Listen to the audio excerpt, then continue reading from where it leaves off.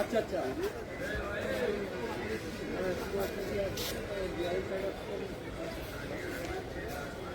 যে আমরা 3 নম্বরে ঘুমিয়ে আছে, তারপরে ম্যাডাম বলছে আগুন ধরে আছে, আমি জ্বলছে, তারপরে আমরা গ্যাস আনলাম ওখান থেকে, গাড়িতে গ্যাস এনে দিয়েছি, তারপরে জল দিয়েছি, কেউ ছিল না, যারা ঝাঁট দেয় তারাও ছিল না।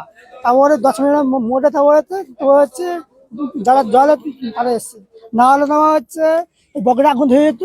তারপরে তো গাড়িতে লোক ছিল, ঠাকুর বাঁচিয়ে দিয়েছে, আগুন ধরে যেত। হ্যাঁ, ফাঁকা ট্রেন। কোথায় যাচ্ছিল ট্রেনটা? এটার জন্য হচ্ছে দাঁড়িয়ে ছিল ট্রেনটা? দাঁড়িয়ে ছিল।